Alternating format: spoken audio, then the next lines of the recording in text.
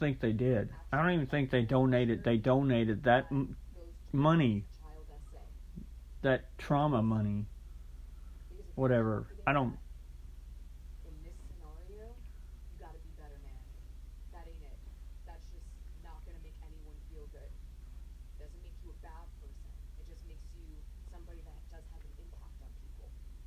And that to me just makes me feel very deeply uncomfortable.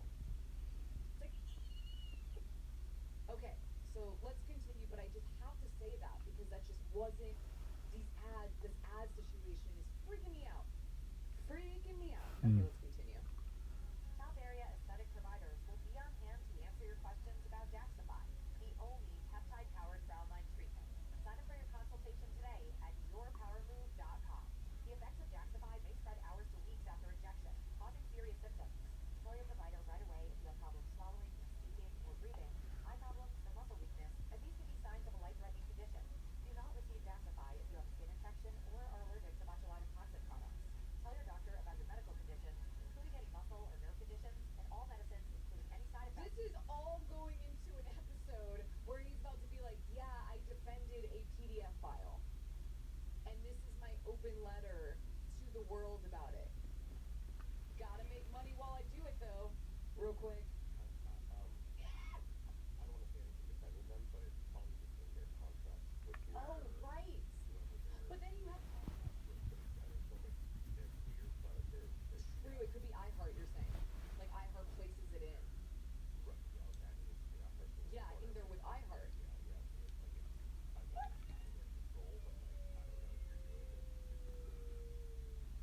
Not on iHeart.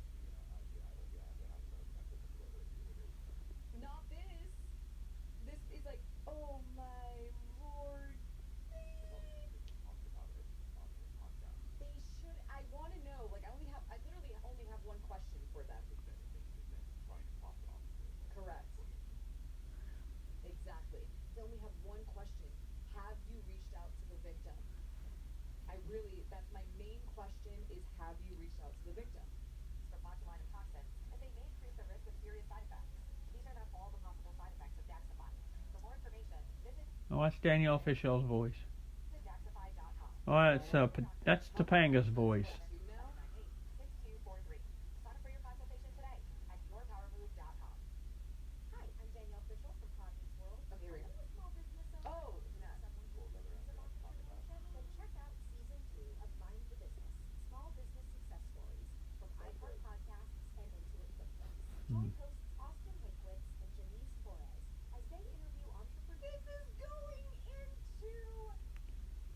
This is going into this conversation about a victim that I'm not positive they reached out to before this episode. Can you imagine being the victim of Brian Peck or of anyone? Child essay, right?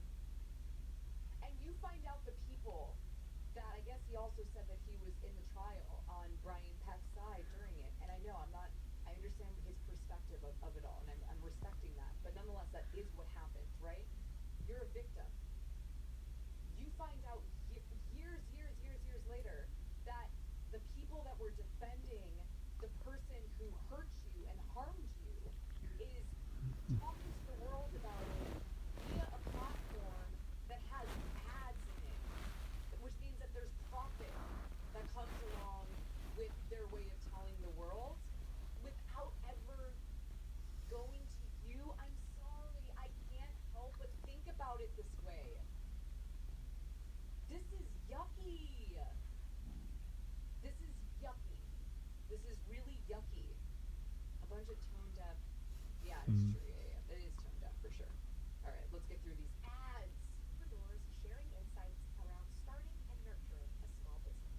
You won't want to miss these inspiring stories of entrepreneurship and discovering ways to business differently, so you can too. Check out season 2 of Mind the Business: Small Business Success Stories from iHeart Podcasts and Intuit QuickBooks.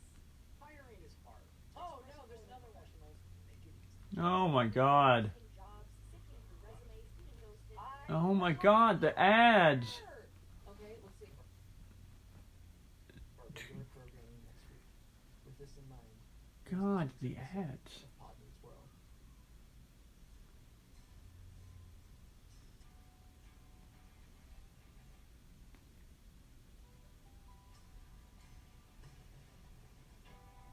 What is this? I was like, what? Hmm. What is happening? What is this music? Their intro music, it sounds like. Hello. Okay, whoa. Welcome to Pod Meets World. This episode is going to be a little out of format and with a slightly different tone, but we can. Oh. I'm sorry. What's her name? Topanga. Topanga. Topanga. And I actually met Topanga when I was way younger. She actually lived in an apartment complex like next to mine. Anyways, I met her a long time ago and whatever. This though is sounding. Do you guys understand what you guys are about to go into? The tone. It's like reminding me of like Stepford Wives vibe. It's like this is very serious. You just went from a whole bunch of ads into this intro now, and it's sounding as if it's another day, another ad revenue dollar, it's just whatever. It's another day, and it feels like it's scripted. It makes me deeply uncomfortable. It is the elevator music. It is vulnerable. It's giving me a little bit of the vulnerable vibes, and I'm sorry, but that's how it makes me feel. Are they on iHeart as well? No, they're not. They made their own, but I think she was originally. I think Chrissy was originally on iHeart and then ended up making her own production company. But interesting that you said that. Yes, she was. Okay, here we go. We do hope that you will stick with it, as we think this is going to be a very important discussion, not only for us, but for you as well. When we decided to embark on the journey that is Pod Meets World a few years back, we set a few guidelines for ourselves. And at the top of the list was that we were going to be as honest and open as possible, because How honest were you in this podcast episode, you guys? Because what I realized is that Will and Drake Bell worked on the ultimate together. You weren't that honest to the victim. You weren't that honest to the victim. Did you reach out? You weren't honest to the victim. You never reached out to the victim. And Drake Bell actually said this. Worlds of honesty? You never said a fucking word to Drake Bell. Apologize. I don't think any of you did. I don't think any of them did. regardless of how many people listen, we knew that if we were going to look back on our childhoods, it would mean a whole lot to us. We weren't going to shy away from anything just because it was. And yes, I know, I hate the fact that I'm defending Drake Bell because he just recently molested. It just turns out that he molested a 12-year-old girl. But here's the thing. What happened to him explains his behavior so much. I think Alexa Nicholas is right. We need to let Drake Bell tell his story. I mean, it's important. I mean, Edmund Kemper told the story of his cycle of abuse that he suffered. And it explained why he had such hatred for females. It explained why he had such hatred for females.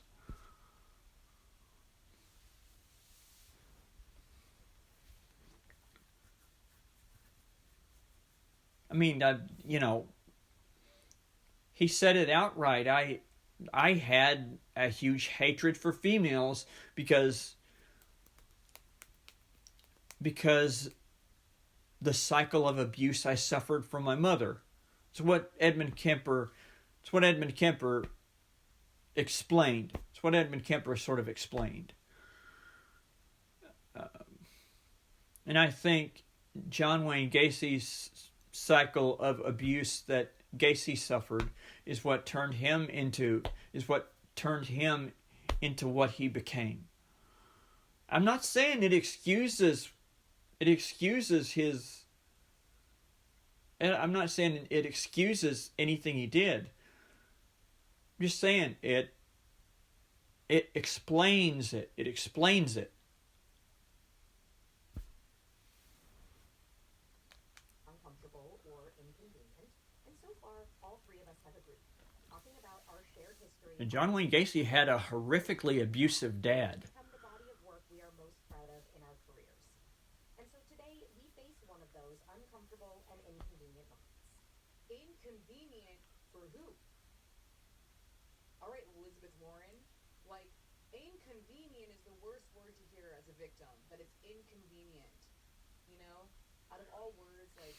I wonder what Drake Bell was thinking when she said inconvenient. Inconvenient.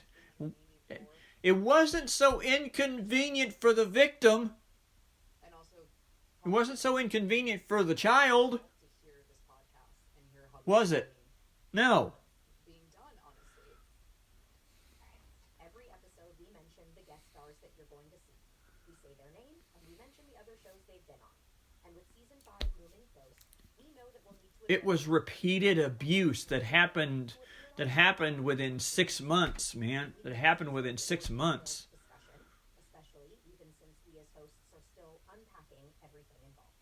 And we know that discourse around this subject is culturally ramped up, with Will and Ryder even being contacted recently for a statement. Oh!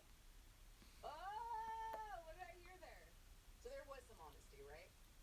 But which makes me also ask the question, would they have done this podcast episode in general, honestly? I commend Alexa Nicholas for. Without being reached out for comment. I mean, she said it, or she said it herself. A survivor doesn't need to be liked. There's no such thing as a perfect survivor. On our podcast, where we There's no such thing as a perfect survivor. one sentence. This episode is unrehearsed or really not pre-produced at all. There is no perfect survivor. And we are taping it without knowing when it Survivors can also become abusers. Can also become I love when they reach out for experts. can also become predators. Shit. What's She's right about that. They can. Katie has been on the forefront of the mental Look at my uncle. I mean, my uncle Daryl had a horrifically abusive dad. amassing over 1.3 And look what my uncle became. He became abusive. He became an abusive husband. He became an abusive husband. word is getting a boost. I guess because my uncle saw his mom getting abused daily, and said, hey, this if it's okay for him to do it, if it's okay for him to do it, And you know how you can it's like if it's okay for him to do it, like experts come on to I guess it's okay for me to do it too. No. those are usually actually That's what happens when you're in a violent household, when you're raised in a violent household. and that doesn't mean necessarily That's what happens when you're raised in a violent household. but you have to understand that there is a You see violence and you think it's okay for you to repeat it. they kind of know how they are going to either be It's really sad. It's really sad. right It's really sad and it's really tragic. are needed in trials and that they actually can be very helpful for the good guys. But also And no, I'm not defending my uncle. I hate my uncle for what he did to my aunt. I always will. I always will. when experts are even used in a trial scenario, they are And I highly hope my uncle is rotting in fucking piss. Is rotting in piss. law firms before, and they're there to help their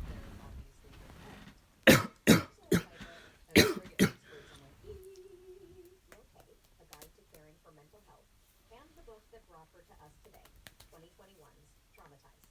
Identify, Understand, and Cope with PTSD and Emotional Stress. Hello, Katie. Hi, thanks for having me. Thank you for being here. In 1997, for the start of season 5, a new stand-in was brought on the show. He had worked on Why sitcoms. does it feel like she's just reading through a telegram?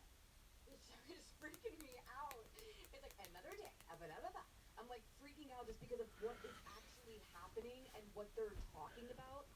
Tom's book called Boy Meets World in similar capacities, also moonlighting as an acting coach. And as you've learned from this podcast, since it takes a village to produce television, he was added to a roster that was always constantly changing. And so this is when Brian Peck entered our lives. He would eventually become a mainstay on set, not just working on the show and appearing on it with many small roles until it concluded in 2001, but integrating himself into Will and Ryder's personal life, becoming part of their most trusted inner circle. despite And I being believe more that. than 15 years older than both. And I believe that. Like, this is what predators will do. They'll integrate themselves into everyone's lives for their own personal agenda. It's like, this is very real. So I understand what is being said here, and I can honestly validate that. But that is what they do. Both of them, and crossing many workplace boundaries. And then, in August of 2003, he was arrested in Los Angeles, then 43 years old, for acts with a child that occurred in 2001 with an underage student he was coaching. To say this came as a shock to us at the time would have been an understatement. We saw no signs of this behavior and were not victimized ourselves, and were constantly being told by this person, who was our friend, that he was the actual victim. In the end, he was convicted and spent 16 months in prison. You see the perception framing, though, a little bit here, where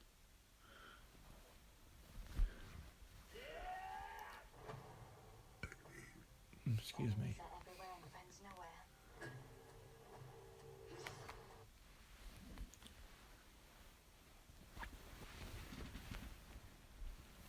the perception framing here is just a little bit off-putting, because it's almost like a jump start into what the world's about to find out when it comes to Brian Peck, Drake Bell, Nickelodeon. It just feels like a jump start into having it be perceived a specific way, and that's fine. I understand why they're feeling the need to do it like this, but again, how does this look for the victim? How does this look for the person who was actually harmed? Because you have to remember, when we're talking about justice, we need to center the actual victim. And this doesn't feel like necessarily centering the victim, it feels like centering the bystanders. There have been reports of him working on sets that involved kid actors after his release, with watchdog groups and media outlets correctly staying vigilant on his actions, but we couldn't confirm anything outside of what we've read online. So here we are today to have an honest and open discussion about a hot-button topic in Hollywood, in hopes that this will not just become another clickbait headline, but rather lead people to this episode, a longer, open, and raw dialogue about predators. Going to the victim, I tell them you're sorry before. Manipulation, and Katie, I'm going to let you take it from here, and we thank you so very much for joining us, as we want to be very considerate of any victims involved. Yeah, of course. Thanks for having me. I mean, it's a difficult topic to address, because the thing that I think I first want to talk about is to help people understand what the term means, because I think Yeah, and it turns out this therapist is pretty dirty. It's a little dirty. This therapist that's talking on their podcast is a little dirty. painful and Not sexually dirty. I mean, corrupt dirty. and a lot of people don't understand that. They think, oh, if I was Absolutely. It is a form of manipulation, 100%. doing that, in that moment, I don't even think of like the act itself. And in and of itself is not like a criminal act. It's not something I can diagnose. It's not something that is even often noticed. And the reason for it is that Nobody can diagnose grooming. Nobody can diagnose grooming. to get something from another person. Absolutely. It's to gain access either to the victim, get something. Remember, predators are always looking for what you see as a strength. They see it as a weakness, and they will exploit that and prey on it. Why isn't manipulative grooming? Why isn't manipulative grooming a crime? It should be a crime. And I'm grooming you, Danielle. I might make friends with your parents. I might make friends. Look what Kevin Federline did to Britney Spears. He manipulatively groomed her, At the same place. Let's say we both work at a restaurant, right? acting like he loved her, and acting like he loved her like the whole time he was with her, and holding her and comforting her, doing all the right things, when really he was grooming her. That are happening due to controls that He was grooming her that's just happening. to have children with her. He was grooming her to have children with her. With So he could make money off of her. I think that's completely disgusting. They're saying that they're not the ones who were victimized, right? Like they're not the ones who are victims. But just the way that it's set up, you would think that the person who is the victim is there. Like the way that this expert's place, what they're talking about, the way that it is seen or perceived, or how I'm feeling. I don't know if anyone else feels that way. Danielle sounds like she doesn't even care about the survivors. I have to agree. Sorry. I'm like, sorry. I always feel bad when I have to say something honestly, but like, I agree. It doesn't sound heartfelt. No, it doesn't sound compassionate. It sounds like another episode. Like, this is serious. You guys, you wrote, regardless, okay, I understand that this person was manipulating you and that you feel all these certain ways about him, obviously. Nonetheless, though. But when I read that tweet, that comment, And the victim was they were not manipulated. When Drake said Will was not manipulated, I was like, oh, I was like, oh shit. I'm talking from the perspective of the victim, not your. Even Will Friedle knew what the fuck he was doing. Knew what the fuck he was doing when he did this podcast. See all these people. Wow.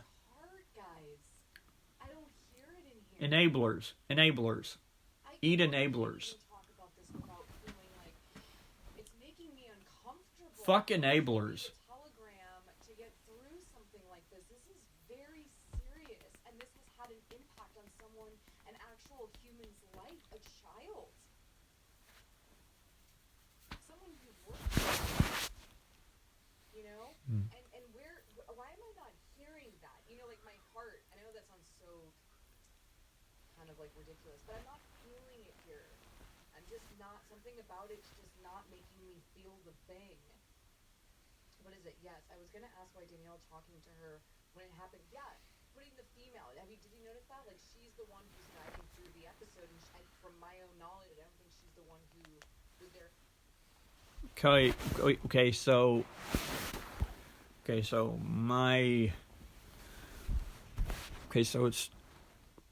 it's time for me to just tell for me to just finally spill out something. I don't know if anybody knows this, but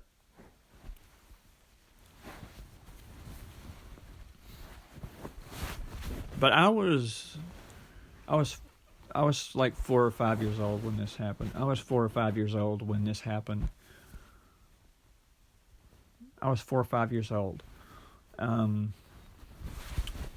And I was molested from behind. It only happened to me like once.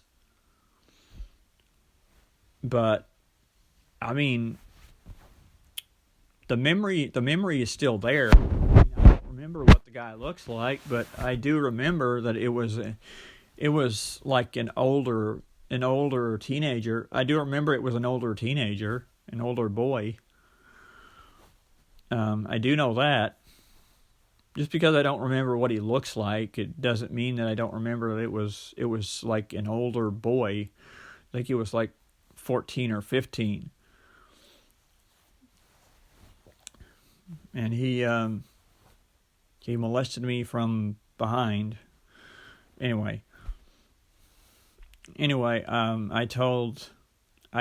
he was hearing impaired, too. But yeah, I told the teacher, I told the hearing impaired teacher what had happened. I think I motioned it to her. I think we were in the gym, if I remember right. And she just asked me like what happened, and I was just like you know, he did this thing to me. He did this thing to me. He did this thing to me. And she was like, she's like, well, we need to tell your parents. Like, we need to tell your parents. And so I, you know, I went home that day. I went home that day. Told my mom. And I remember my mom. I can't believe she did this. I can't believe she did this. And reason I agreed to the reason I told her that I didn't want to tell anybody. I didn't want to tell anybody because it's really embarrassing. It's really embarrassing for one.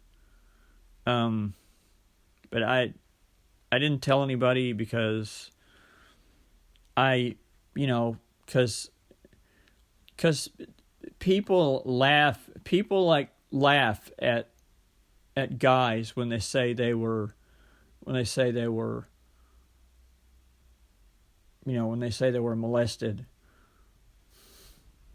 You know, guys laugh at it. Excuse me. Guys laugh at it, and I did not want to be laughed at. Of course, I mean, at the time, I didn't really know what to do. I was 4 and 5 years old. So my mom just said, just don't tell anybody. And one of the things that my mom always told me is, you know, what my mom told me always, our business is our business. Our business is our business. Our business should stay our business. Which you know, I kind of agree. Which I kind of agree with. But anyway, yeah. I think that's why this hits. I think that's kind of maybe why this kind of hits close to home. But the difference between me and Drake is I never became a sexual predator. Like ridiculous, but I'm not I mean, that's the difference between me and him. not something about it's just not making me feel the thing. What is it? Yes, I was gonna ask why Danielle talking to her when it happened. Yeah, putting the female. But anyway, I just wanted to through the episode, from my own knowledge, she's the one who just get that out there.